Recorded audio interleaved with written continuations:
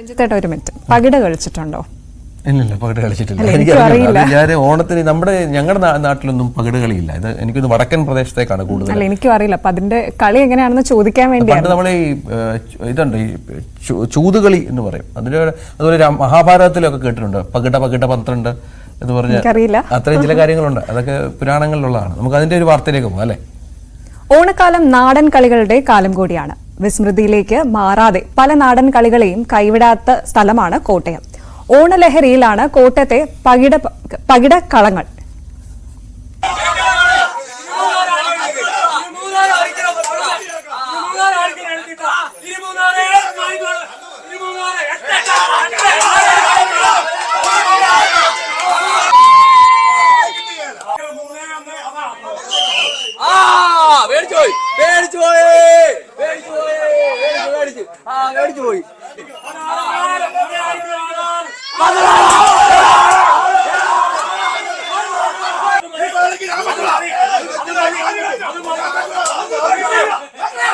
ഞാൻ ഇപ്പോൾ നിൽക്കുന്നത് കോട്ടയം മാങ്ങാനം പേഴുവേലിക്കുന്നിലാണ്. കഴിഞ്ഞ ഒരു മാസമായി ഇവിടം പകിടകളിയുടെ ആരവത്തിലാണ്.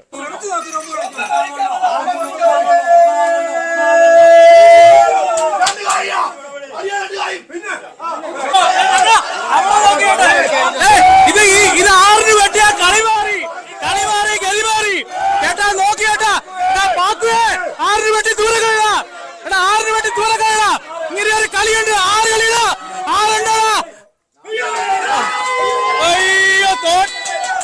ഒറ്റ പൂട്ടുപാട കളിച്ചു കഴിഞ്ഞാൽ പയ്യപ്പാടിക്കാർക്ക് ട്രോഫി ആയിട്ട് പോവാം. ഒറ്റ പൂട്ടുപാട കളികളാ, പൂട്ടുപാട്. രക്ഷയില്ല.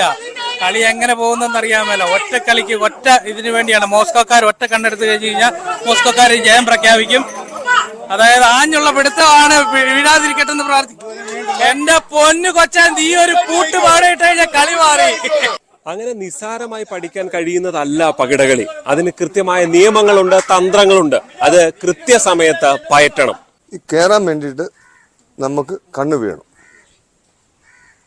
അത് താഴത്ത് ചെന്ന് അടിഞ്ഞതിന് ശേഷം എടുക്കാനും നമുക്ക് കണ്ണു വേണം.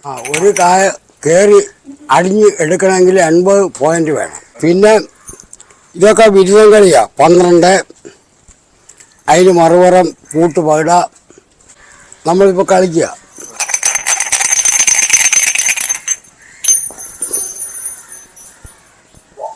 ഇരുമൂന്നാറ് കയറിയിട്ടില്ല. ഒറ്റ കളിച്ചാൽ കയറാൻ പറ്റുള്ളൂ.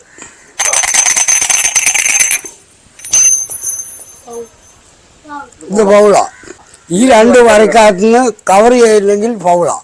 ഇവിടുന്ന് ഇതാണ് സ്റ്റാർട്ടിങ് തുടങ്ങുന്നത്. ഒന്ന് കണ്ടിട്ട് കയറി സ്റ്റാർട്ടിംഗ് പോയിന്റ് ഇതാണ് അവസാനത്തെ കളി. ഇവിടെ കൊണ്ട് അടിച്ചു കഴിഞ്ഞ് പിന്നെ അവിടുന്ന് വന്നിട്ട് എടുത്തു കഴിഞ്ഞാൽ ജയിക്കുകയുള്ളൂ. 2 പടയിൽ ഓരോ കണ്ണാമ്പത്തിന് പകടയെന്ന് പറയും. ഈ കണ്ണ് വേണമല്ലോ എടുക്കാൻ പറ്റുള്ളൂ, കൈ അടിഞ്ഞ് എടുക്കാൻ പറ്റുള്ളൂ, കയറാനും ഇറങ്ങാനും പറ്റുള്ളൂ.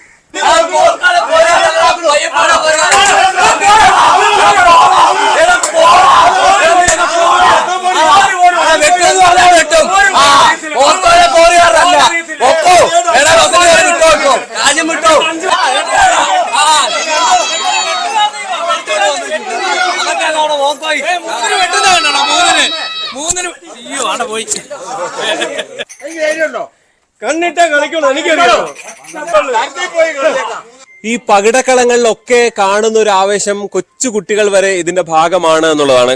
പകിട കളിക്കാൻ അറിയോ? അറിയാം. കളിക്കാറുണ്ടോ? ഉണ്ട്. നിങ്ങൾക്ക് ഇവിടെ ടൂർണമെന്റ് ഉണ്ടല്ലേ? അത് ഓണമൊക്കെ കഴിഞ്ഞിട്ടാ. അവധിക്കുണ്ടോ? ആരാ ജയിക്കുന്നേ? അത് ഓരോരോ ടീമുണ്ട്, അറിയത്തില്ല ആരാ ജയിക്കുന്നത്.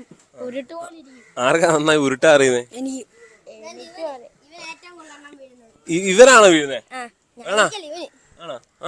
ശരിക്കും ഉരുട്ടാ അറിയോ? ജയിച്ചിട്ടുണ്ടോ നേരത്തെ? എത്രാം ക്ലാസ്സിലാ പഠിക്കുന്നത്? 5ലാ. എല്ലാ കളിയിലും ജയിക്കാറുണ്ടല്ലേ?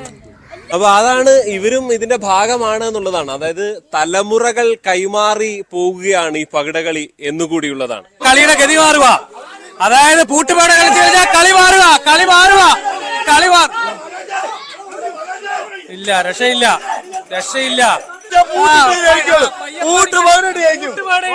പറഞ്ഞാണ് പയ്യപ്പാടിക്കാരിക്കുന്നത്. കൂട്ടുപകട കളിക്കാക്കി കളിക്കണ നിന്നെ എല്ലാരും വെല്ലുവിളിക്കുക. കൂട്ടുപകട ഉണ്ടെങ്കിൽ കളിക്ക്. എടാ, പൂട്ടുപകട ഉണ്ടെങ്കിൽ കളി കളികളാ. പൂട്ടുപകട ഇല്ല ഇല്ല, രക്ഷയില്ല. ഞാൻ തിരിച്ചു കൊടുക്കുകയാണ്. ഇനി സംസാരിക്കാനുള്ള ശക്തിയില്ല. ഇനി ആര് ജയിക്കും ആര് നോക്കും എന്നുള്ളത് തീരുമാനം നമുക്ക് ഗ്രൗണ്ടിൽ നോക്കി കാണാം.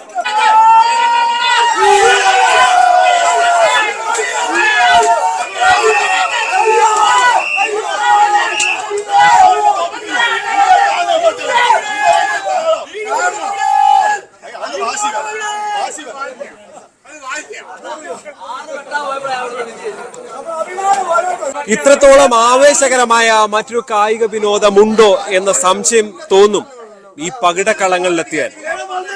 കോട്ടയം മാങ്ങാനത്ത് നിന്ന് ജി ശ്രീജിത്ത്, ന്യൂസ് 18.